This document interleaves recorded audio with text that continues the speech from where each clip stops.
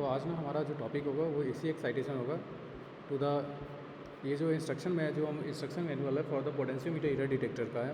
और इस potentiometer error detector में आज हम लोग एसी एक्साइटेशन को देखेंगे। तो सबसे पहले अगर एसी एक्साइटेशन को देखें तो सबसे पहले क्या होता है कि एसी एक्साइटेशन में हम लोग सेट करेंगे एक्साइटेशन करेंगे with the switch to the AC. हम लोग डीसी एक्साइटेशन को अच्छे से देख चुके हैं पिछले लेक्चर में। अब क्या है कि कनेक्ट करेंगे एक लीड को ना, एक क्या है कि इसमें अगर हम सीआरओ से भी देख सकते हैं। Connect the one lead of the dual trace of CRO to the carrier terminals and other lead to the balance demodulator output. Notice the record of the how the phase of output voltage change and the change the sign. यहाँ पे हम क्या करते हैं demodulator के through अगर output voltage को output को देख सकते हैं।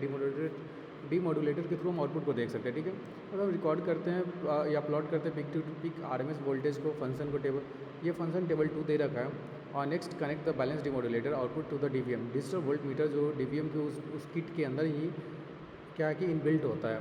Record in the plot the demodulator output and the VDM as a function of theta electrical. ठीक है, हम लोग यहाँ पे क्या करते हैं ना, एसी ऑपरेशन होता है तो क्या होता है डीमोडुलेटर एक तरह का क्या होता है कि जो प्रोसेस करती है removing the modulation from the किसी भी कोई अगर सिग्नल ना उसको क्या कर रहा है नॉइज या किसी तरह का सिग्नल उसमें कैरी कर रहा है तो वो क्या करता है रिट्राइव करता है, उसको हटा के रिमूव करके क्या करता है एक ओरिजिनल सिग्नल में उसको इन्फॉर्मेशन को ओरिजिनल इन्फॉर्मेशन देता है, जो कि जो अगर हम एसी एक्साइटेशन दे रहे हैं तो वो एसी एक्साइटेशन ही शो करेगा अगर हम सीआरओ को कनेक्ट करते हैं।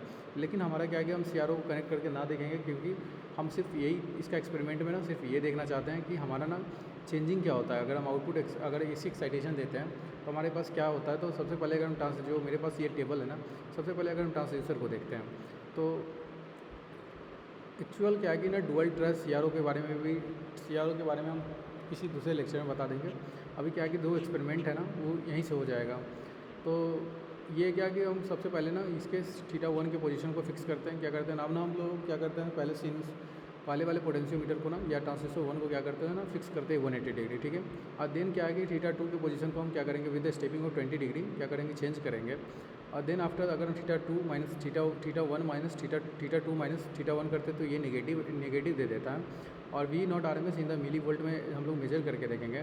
और ये आउटपुट वोल्टेज हमारे पास जो DVM जो हमारे पास है ये डिजिटल वोल्ट मीटर उसमें हमारे पास शो होगा। तो इस एक्साइटेशन को तो टाइम टू टाइम दिख रहा है क्या कि आउटपुट वोल्टेज क्या हो रहा है नेगेटिव से क्या कर रहा है पॉजिटिव की तरफ जा रहा है और with their negative to positive. तो यहाँ पे भी क्या होगा कि एक बार 180 डिग्री के करीब ये भी जीरो पे स्विच करेगा, फिर then after positive pay switch करेगा। ठीक है, देखते हैं इसका हम लोग एक्सपेरिमेंट देखते हैं। इसके ग्राफ भी इस तरीके का आता है, इनर वर्सेस आउटपुट का ग्राफ। हम लोग इसके एक्सपेरिमेंट को देखते हैं परफॉर्म करके। ठीक है,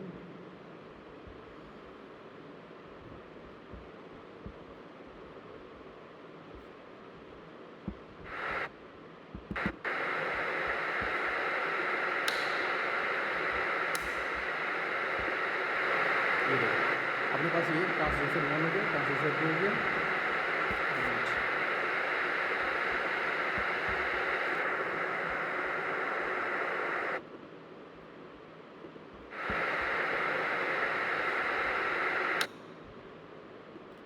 ये same as a transducer 1 transducer 2 excitation. अब हम लोग क्या करेंगे यहाँ पे डीसी एक्साइटेशन देंगे। पहले हम क्या करेंगे स्विच ऑन करेंगे, कनेक्शन कर लिया हमने, कनेक्शन कर दिया, कनेक्शन ये किया, कनेक्शन हमने क्या किया पहले और कनेक्शन को देखते हैं तो हमारे पास क्या है कि ना हम इसके ना ट्रांसड्यूसर 1 के ना इनपुट जो ट्रांसड्यूसर 1 का था वो इनपुट और उसका आउटपुट को कनेक्ट कर दिए किससे बैलेंस डिमोडुलेटर के आउटपुट से इनपुट से कनेक्ट करते हैं।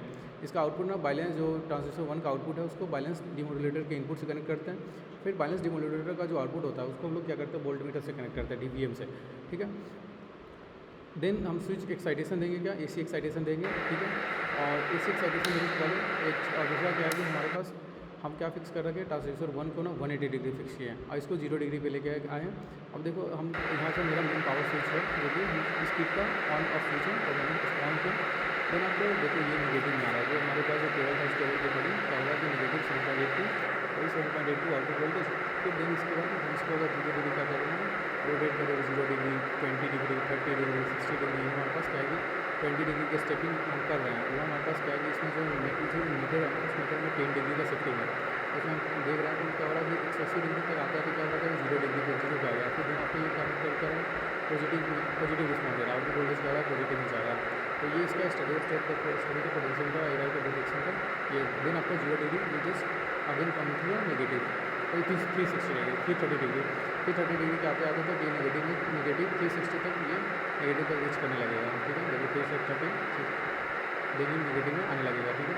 तो ये होता है हमारे पास इस पोटेंशियोमीटर का second. Then after negative, then zero, then positive, यही है ये हमारे AC एक्साइटेशन। अगर जो एक उसमें जो एक्सपेरिमेंट में जो लिखा है कि अगर डुअल ट्रेस हम ऑसिलोस्कोप में CRO के देखते हैं ना, तो एक डुअल ट्रेस में एक क्या है कि उसके एक इनपुट टर्मिनल्स को ना एज ए टर्मिनल्स, एक तो हम अगर इनपुट देखेंगे तो इनपुट करियर टर्मिनल्स में देखेंगे।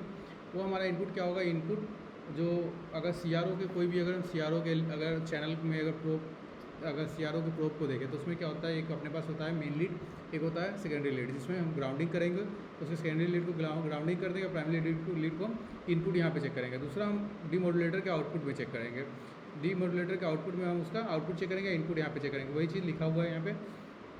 तो वो अगर देखेंगे तो हमारे पास क्या होगा कि जो इनपुट वेवफॉर्म आउटपुट वेवफॉर्म दोनों सेम ही होगा।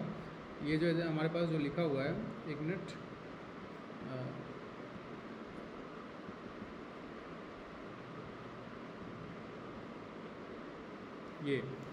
ये जो लिखा हुआ था अपने पास कि connect the one lead of the dual trace CRO to the cardiac terminals and other lead to the balance demodulator as the output. Notice the record and how the change in output voltage and change the signs. तो कितना output voltage हुए, हमारा क्या है कि output voltage mainly हम ना AC excitation या DC एक्साइटेशन किसी में भी हम लोग क्या कर रहे हैं ना, सिर्फ आउटपुट वोल्टेज को देख रहे हैं इन द DVM के अंदर, आउटपुट वोल्टेज को